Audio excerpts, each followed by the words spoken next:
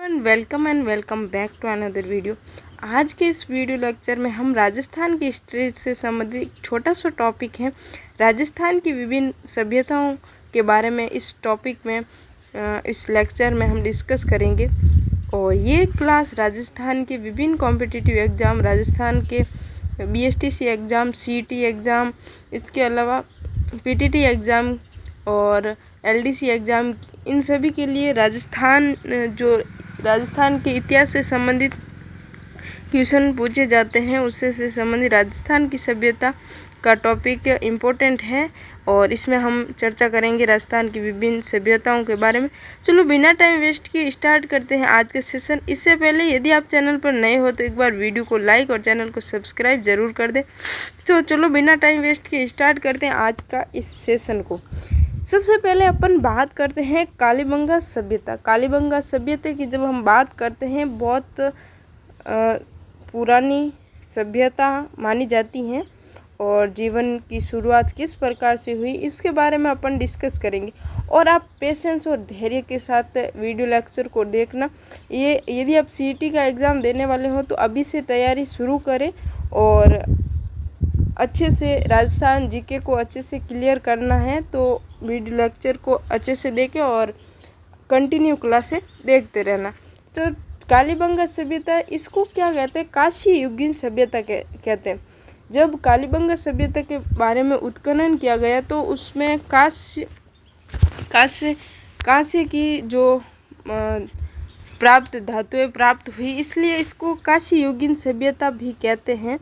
ठीक है, काशी युगीन सभ्यता इसको कहते हैं, काशी युगीन सभ्यता कहते हैं। और इसका कालक्रम की बात करते हैं तो ये 2350 ईसा पूर्व से 1750 ईसा पूर्व तक इसका कालक्रम रहता है। इम्पोर्टेंट है, कालीबंगा से अक्सर कुछ क्वेश्चन पूछे जाते हैं और आजकल क्या है, पैटर्न चेंज हो चुका है तो कथन अलग अलग प्रकार के देंगे और उसमें ये पूछेंगे कि इसमें है या नहीं है, कौन सा कालीबंगा से संबंधित हैं। तो इस प्रकार से क्वेश्चन आते हैं तो इसको अच्छे से अपन को पढ़ने की ज़रूरत है। और ये इसका जो कालीबंगा का विस्तार होता है, ये राजस्थान की एक हनुमानगढ़ जिले के घग्गर नदी के किनारे, घग्गर नदी जिसे राजस्थान में वर्तमान में घग्गर कहते हैं, लेकिन उस टाइम इसका प्राचीन नाम सरस्वती नदी और द्रस्वती नदी था और ये हनुमानगढ़ जिले में विकसित हुई थी। अब इसकी खोज और उत्खनन से संबंधित भी कुछ क्वेश्चन पूछे जाते हैं। तो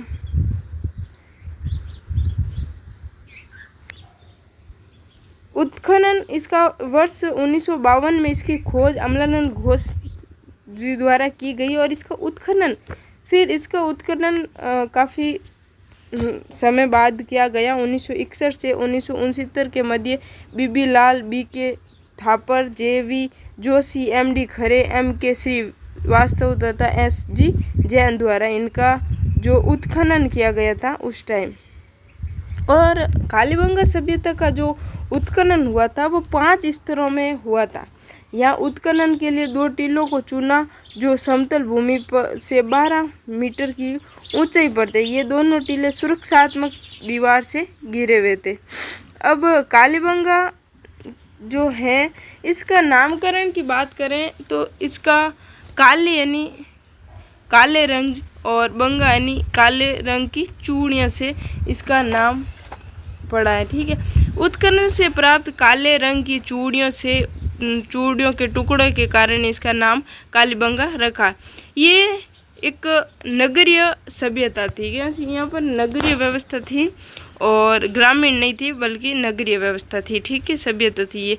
प्राक हड़प्पा और पूर्व हड़प्पा कालीन चरण, इसमें हड़प्पा और मोहनजोदड़ो के दुर्गों के तरह यहाँ पर भी दुर्ग पश्चिम में तथा आवास क्षेत्र में पूर्व में स्थित हैं और रक्षा प्राचीरों से दुर्ग व निचले नगर के घिरे होने का स्पष्ट साक्ष्य यहाँ पर मिला है।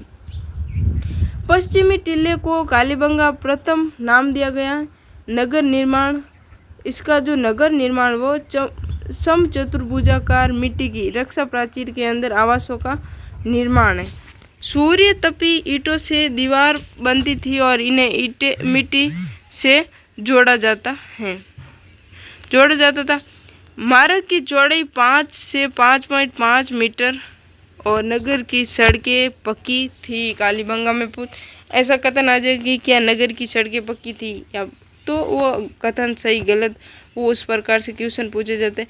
और अब इसके इस टाइम जब कालीबंगा सभ्यता का टाइम था, उस समय आवास किस प्रकार से थे, तो मकानों में दालन 4-5 बड़े कमरे व छोटे कमरे और मकानों के आगे चबूतरे भी रहते थे। क्या बीच में आंगन रहता था और चारों तरफ कमरे हुआ करते थे उस टाइम। और कमरों की फर्श को चिकनी मिट्टी से लीप दिया जाता था। आजकल गोबर और मिट्टी से अब भी जो अपन गाँवों में आंगन बनाए जाते हैं, उसी प्रकार कमरों की फर्श चिकनी मिट्टी से लीप दिए जाती थी। और कई कई पकाई गई ईंटों से भी फर्श बनी दिखाई देती है, मतलब उत्खनन में ऐसा प्रतीत होता है। ठीक है, मकानों की छत मिट्टी से निर्मित होती थी जिनको लकड़ी की बल्लियों से बनाया जाता था। छत पर जाने के लिए सीढ़ियाँ भी देखी कि यहाँ पर लकड़ी की बल्लियों से बनाई जाती थी। लकड़ी की बल्लियों से जो मकानों की छत बनाई जाती थी मिट्टी से, और छत पर जाने के लिए सीढ़ियाँ भी बनी जाती थी। मकानों में जो चूल्हे के अवशेष भी मिले थे, और मकानों की नालियाँ, शौचालय, भट्टियाँ, कुओं में पक्की ईंटों का प्रयोग भी किया गया। ठीक है, और कालीबंगा का फर्श हड़प्पा काल का एकमात्र ऐसा उदाहरण है जहाँ अलंकृत ईंटों का प्रयोग हुआ है, और इस पर प्रतिच्छेदी वृत्त का अलंकरण है। जल निकास प्रणाली, लकड़ी की नाली के अवशेष प्राप्त हुए थे, और गंदे पानी को निकालने के अवशेष भी गोलाकार भांड होते थे। तो इस प्रकार से ये कालीबंगा सभ्यता में कुछ इस प्रकार से चीज़ें थी। और इसके अलावा मृत भांडों की बात करें, कालीबंगा सभ्यता में विशेष प्रकार के पात्र राजस्थान में सर्वप्रथम सोनथी से प्राप्त हुए, इसलिए इन्हें सोनथी मृत भांड परंपरा नाम दिया गया। यहाँ से प्राप्त हड़प्पाकालीन मृत भांडों को 6 उपभागों में विभाजित किया गया था। इनमें विभिन्न प्रकार के घड़े, तस्तरियाँ, लघु पात्र एवं कटोरे प्रमुख है। अलंकरण के लिए लाल धरातल पर काले रंग का ज्यामितीय पशु पक्षियों का चित्रण, कृषि यहाँ पर जो मृत भांडे हैं उस पर पशु पक्षियों का चित्रण, इस प्रकार से यहाँ पर अवशेष मिले थे। और कालीबंगा सभ्यता में कृषि किस प्रकार की जाती थी, तो यहाँ पर जुते हुए खेतों के अवशेष प्राप्त हुए। संस्कृत साहित्य में उल्लेखित बहुत धान्यदायक क्षेत्र यही था। घग्गर नदी के बाएं किनार पर स्थित खेत 3री सहस्त्राब्दी ईसा पूर्व के हैं। संसार भर में उत्खनन से प्राप्त खेतों में यह पहला है। ठीक है, यहाँ पर घग्गर नदी के बाएं किनार पर स्थित खेत 3री सहस्त्राब्दी ईसा पूर्व के संसार भर में उत्खनन से प्राप्त खेतों में ये पहला खेत है। यहाँ पर कालीबंगा में खेत के अवशेष मिले थे, और खेत में ग्रिड पैटर्न की गृहधारियों के निशान और एक दूसरे के समकोण पर बने हुए थे। 2 तरह की फसलों को यहाँ पर उगाया जाता था, एक तो जौ और एक चना। ठीक है, 2 प्रकार की फसलें उगाई जाती थी। विकसित हड़प्पा या हड़प्पाकालीन चरण विशिष्ट लोगों के निवास हेतु मुख्य प्रासाद तथा साधारण जनता के लिए निम्न प्रासाद का निर्माण, जो एक दूसरे से 4 मीटर चौड़े मार्ग द्वारा विभाजित थे। यहाँ पर इस प्रकार से अवशेष मिला। 7 अग्नि वेदिकाएं प्राप्त हुई जो आयताकार थी। और इसके अलावा डॉक्टर दशरथ शर्मा के अनुसार कालीबंगा को सैंधव सभ्यता की 3री राजधानी कहा है, और पहली हड़प्पा तथा दूसरी मोहनजोदड़ो है। ठीक है, 3री इसको कालीबंगा को सैंधव सभ्यता कहा गया राजधानी। लिपि यहाँ की जो लिपि थी वो सैंधव लिपि थी, इसे पढ़ा नहीं जा सकता। ये लिपि दाईं से बाईं ओर लिखी जाती थी, और यहाँ पर कुछ मोहरें भी प्राप्त हुई थी। यहाँ मिट्टी से बनी सर्वाधिक मुद्राएं और मोहरें मिली थी। यहाँ से प्राप्त बेलनाकार मोहरें मेसोपोटामिया की मोहरें जैसी मिली थी। और मूर्ति कला, मिट्टी से बना कुत्ता, भेड़िया, चूहा और हाथी की प्रतिमाएं भी मिली थी। और पंख फैलाए बुगले की प्रतिमा और भग्नावस्था में 3 मानवाकृतियाँ मिली। माटी की वृषभाकृति कला कौशल की दृष्टि से विशेष उल्लेखित है। अंत्येष्टि क्रिया में चिकित्सा, अंत्येष्टि क्रिया और चिकित्सा दुर्ग वाले टीले पर स्थित कब्रिस्तान से शव विसर्जन के 37 उदाहरण यहाँ पर मिले थे कालीबंगा में।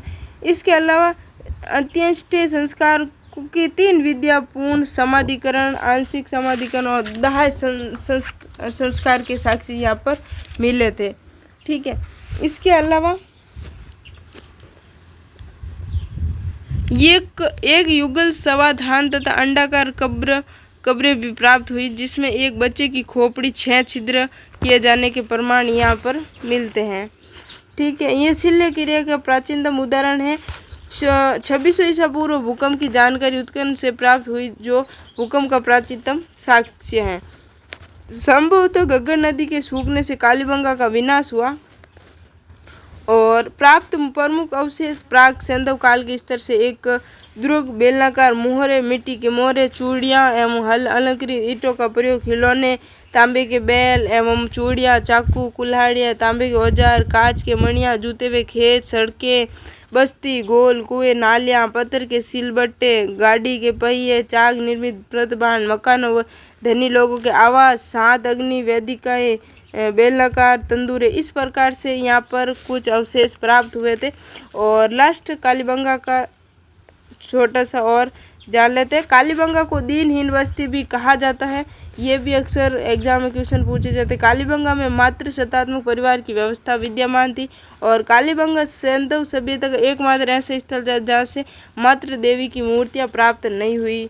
और वर्ष 1961 में कालीबंगा अवशेष पर भारत सरकार द्वारा 90 पैसे का डाक टिकट जारी किया गया।